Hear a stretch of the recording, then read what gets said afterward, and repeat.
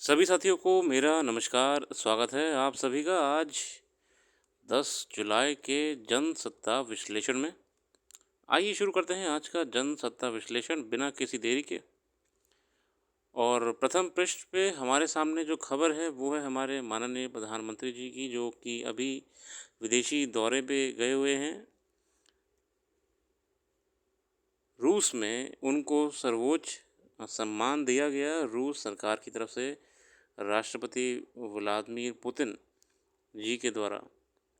और ख़ासकर भारत का रूस जाना इस यूक्रेन रूस वॉर के बीचों बीच में बहुत बड़ा कूटनीतिक निर्णय भी है। भारत की जो अंतर्राष्ट्रीय स्तर पे छवि बनी हुई है वो एक मॉडरेटर के रूप में भी हो गई है।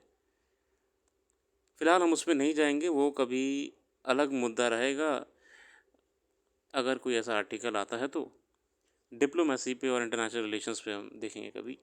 अभी के लिए इतनी खबर है कि सर्वोच्च नागरिक सम्मान दिया गया है रूस में, और अभी इसके बाद हमारे माननीय प्रधानमंत्री जी वियना जाएंगे। और जब तक ये वीडियो डल रही होगी शायद वो वियना पहुंच भी गए होंगे। हम सीधे अपने संपादकीय तक ही जाएंगे क्योंकि हम अभी वियना जा नहीं सकते। संपादकीय में महामारी का नया खतरा, और संपादकीय की शुरुआत करेंगे कल्प मेधा से रूबरू होके। ईर्ष्यों से सावधान रहें क्योंकि ये वह हरी आंखों वाला दैत्य है जो उसी शरीर का तिरस्कार करता है और धोखा देता है जिस पर वह पलता है। ईर्ष्या, वाह, विलियम शेक्सपियर साहब ने बात करी है। तो इसे अपने जीवन में बिठा लीजिए और जीवन आपका सफल हो जाएगा। तब तक के लिए हम महामारी पे आके देखते हैं क्या है नया खतरा। ये लेख लिखा है अभिषेक कुमार सिंह जी द्वारा। जब से खबर आई है कि बर्ड फ्लू विषाणु का एक नया प्रकार महामारी का रूप ले सकता है, लोग भयभीत हो उठे हैं, इसलिए कि अब वह तेज़ी से इंसानों में फैल रहा है। हालांकि ये पक्षियों में फैलने वाला विषाणु है, लेकिन म्यूटेट होकर ये मानव को भी असर डाल सकता है। साथियों, मैं इन खबरों के बारे में दो बातें बता दूं आपको। ये बेसिकली बर्ड फ्लू की बात कर रहे हैं। ये आज से नहीं, कई सालों से चर्चा में रहा है ना। H5N1, और इवन अगर आप लोग यूपीएससी या पीसीएससी तैयारी करते हैं तो कई बार ये एग्ज़ामिनेशन प्रीलिम्स में भी आ चुका है इसके बारे में, H5N1 बर्ड फ्लू के बारे में। घबराने की कोई ज़रूरत नहीं है, ऐसी साइंटिफिक खबरें तो आती रहती हैं। वैसे तो विश्व स्वास्थ्य संगठन ने अभी तक बर्ड फ्लू विषाणु के इंसानों से इंसानों में फैलने की आशंकाओं से इनकार कर दिया है। ठीक है ना, ये अभी ह्यूमंस में ट्रांसमिट नहीं हो रहा है, मगर ये स्थितियाँ कभी बदल जाएं कह नहीं सकते। देखिए साथियों, पहली बात तो मैं इस लेख से हट के बात करूं तो ऐसी रिपोर्टें बहुत आती रहती हैं कि कोविड का नया वायरस पता लग गया है, कोविड का नया वेरिएंट पता लग गया है जो फैल सकता है। हम उसमें नहीं जाएंगे, हम इस लेख को सिर्फ और सिर्फ एक वैज्ञानिक लेख के रूप में पढ़ेंगे, ना कि डराने के लिए। हाल में ही दुनिया के कई देशों ने बर्ड फ्लू विषाणु के फैलने की जिक्र करे हैं। 3 मामले तो अमेरिका में मिले हैं जिसमें इंसान अपने मवेशियों के संपर्क में आए थे जिन्हें बर्ड फ्लू था। अच्छा, देखिए, ह्यूमन को भी इन्फेक्शन तब हो रहा है जब वो डायरेक्टली एनिमल्स को, खासकर डेयरी वगैरह में, ये सुनने में आया है ना। डेयरी जहाँ पे है आपकी, पक्षी भी वहाँ पे चिकन वगैरह होते हैं, पक्षी होते हैं। चिंताजनक बात यह है कि इसी साल अप्रैल में केरल में बर्ड फ्लू का एक मामला प्रकाश में आ चुका है। कुछ ही अरसा पहले कोलकाता से ऑस्ट्रेलिया गए एक व्यक्ति में यह विषाणु मिला था। मतलब हाल ही में केरला में भी मिला आपका इसका एक पेशेंट। दूसरा एक कोलकाता से एक भाई साहब ऑस्ट्रेलिया गए थे, तो वहाँ पे भी उनमें ये पाया गया विषाणु डायग्नोसिस करने पे। तो ये केसेस भी आ चुके हैं। हालांकि कोरोना से पहले दौर में भी बर्ड फ्लू के खतरों को कोई कम बड़ी चेतावनी नहीं माना जाता था। देखिए, बर्ड फ्लू जो है ना वो कोरोना से पुराना है, उसका सीनियर है एक रूप से, बहुत पुराना है। ये खबरों में आता ही रहता है। ठीक है, विशेषज्ञों का मानना है कि बर्ड फ्लू के विषाणु ने एंटीजेनिक छलांग, यानी एक जीव प्रजाति से दूसरी जीव प्रजाति तक फैलने वाला लगा ली है, और इस इंसानों तक पहुंच का वह अंतिम दरवाज़ा पार कर लिया है। तो जो थे आपके वैज्ञानिक उन्होंने कहा है कि पहले तो ये सिर्फ एनिमल्स में सीमित था, मगर अब समय रहते ये आपका ह्यूमंस में भी ट्रांसमिट हो रहा है, मतलब कि इसने म्यूटेट कर लिया है। म्यूटेशन एक साइंटिफिक फिनोमेना है जिसमें वायरस की नेचर में परिवर्तन आ जाता है, वो और ख़तरनाक हो जाता है कई कारणों में।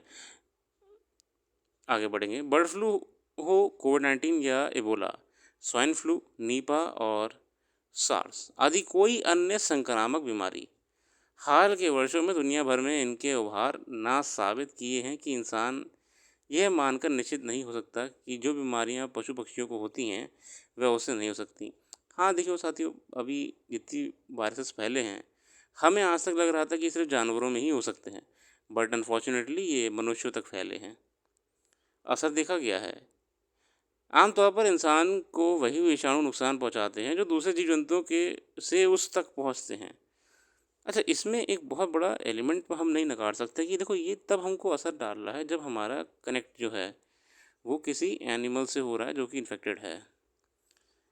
ठीक है ना, जिस इंसान का कनेक्शन है यहाँ से, या तो वो डेयरी पे काम करता है या वो कोई भी ऐसे काम में जुड़ा हुआ है जहाँ पे, चलो बर्ड्स की बात करें तो बर्ड्स का कुछ हो रहना वगैरह, नॉर्मली ये नहीं फैल रहा है, ये कोई आपका ना ऐसे ट्रांसमिट नहीं हो रहा है। कांटेक्ट होना ज़रूरी है एनिमल्स वगैरह, इसलिए जो किसी ज़्यादा देखे गए हैं वो वहीं देखे गए हैं जहाँ पे या तो इनकी रियरिंग हो रही होती है, मतलब इनको पाला जा रहा होता है, हस्बेंड्री हो रही होती है, या कोई डिस्ट्रीब्यूटर होता है या कोई ट्रांसपोर्टर होता है। ऐसे ही चलते फिरते हर किसी को नहीं ये परेशान कर रहा है, या फिर कोई भी व्यक्ति ऐसे व्यक्ति के संपर्क में आ जाता है जो यह कार्य कर रहा होता है। ठीक है ना, तो इसमें ऐसा कोई चिंता वाला बात नहीं है। ठीक है, ये ध्यान रखिएगा आप।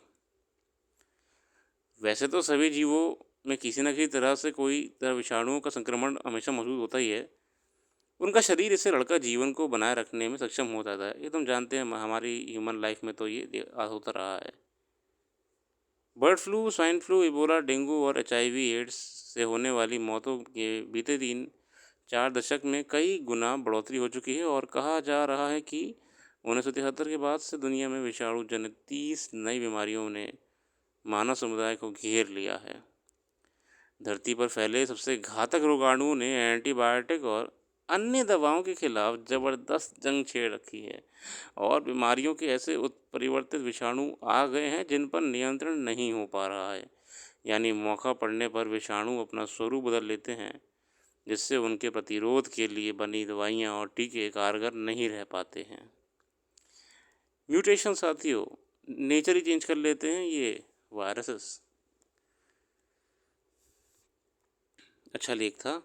अगले लेख पे आएंगे मुसीबत की बरसात। इसमें कुछ ख़ास नहीं है, जो अभी आजकल देश में चल रहा है कि रेलवे लाइन बह जा रही है, स्टेशन पे पानी भर जा रहा है और गांव-गांव के पुल टूट जा रहे हैं, गांव तालाब बन चुके हैं, नहर बन गई है पूरी पूरी, उसको लेकर है। युद्ध में नैतिकता, ये हमारा डिप्लोमेटिकल आर्टिकल है।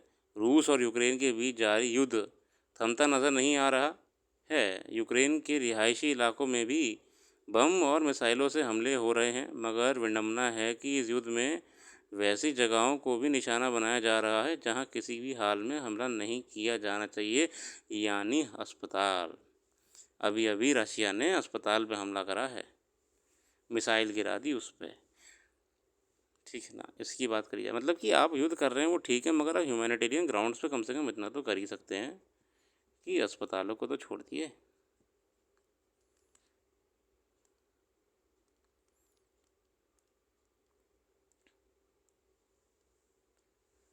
ठीक है ना, यूक्रेन में युद्ध के दौरान आम नागरिकों के हताहत होने का अंतर्राष्ट्रीय मानवाधिकार संगठन भी कड़ाई से विरोध कर रहा है। इसका कहना है कि युद्ध में मानवाधिकारों का घोर उल्लंघन हो रहा है। संयुक्त राष्ट्र चार्टर और जेनेवा समझौते के अनुसार युद्ध के दौरान आम नागरिकों और रिहायशी इलाकों, खासकर अस्पतालों और पनाहगाहों पर जानबूझकर हमला करना प्रतिबंधित है। वियना कन्वेंशन साथियों और ह्यूमन राइट्स कमीशन ये ध्यान रखते हैं कि चाहे देश में, दुनिया में, पूरी वर्ल्ड में कैसी भी सिचुएशन हो जाए, मानव अधिकारों का उल्लंघन ना हो। और वियना कन्वेंशन में बहुत सारी बातें करी गई हैं। वियना कन्वेंशन में युद्ध से लेकर राजदूतों तक कैसे व्यवहार किया जाएगा, ठीक है ना, कैसे दो देश तमाम मुद्दों पे निर्णय लेंगे, काम करेंगे, कैसे एक दूसरे के हितों पे रहेंगे, इसके बारे में वियना कन्वेंशन में बहुत ही विस्तार से समझाया गया है। हम इन सब के बारे में आपको ब्लॉग में डाल के बता देंगे, वेबसाइट पर जाके देख लीजिएगा। वेबसाइट का लिंक तो हमेशा डिस्क्रिप्शन में रहता ही है। अब आप ही लोग नहीं जाते हैं तो क्या कर सकते हैं, मगर देखिएगा ज़रूर एक बार आप डिस्क्रिप्शन में जाकर। इसके अलावा राजनीतिक खबरें बहुत सारी हैं, आप बिल्कुल अध्ययन करिएगा। हम तो यहाँ पर सिर्फ संपादकीय से रूबरू कराने के लिए आपको आए हैं, ताकि आप भी एक बार का अध्ययन करते रहें, ठीक है ना। इसके अलावा कुछ खास विशेष खबर है नहीं, बाकी करंट अफेयर्स तो हम वेबसाइट पर डाल ही देते हैं। आपका भी समय बचाते हैं तो इतना काम कर दिया करिए कि अगर अच्छा लग रहा हो तो रेगुलरली आते रहा करिए। रेगुलरली आते रहेंगे तो आपकी भी हैबिट बन जाएगी। अगर आपकी भी हैबिट बन जाएगी तो हमको भी अच्छा लगेगा कि आप हमको डेली विजिट करते हैं। एक छोटी सी पहल है और आप लोग इसमें सपोर्ट करिए। कल फिर आते हैं नई वीडियो के साथ। हालांकि आज मेरे पास समय कम था, मगर फिर भी मैंने प्रयास करा कि मैं वीडियो बना दूं, क्योंकि मैं देख रहा हूं कि कुछ व्यूअर्स ऐसे हैं जो रेगुलरली विजिट कर रहे हैं।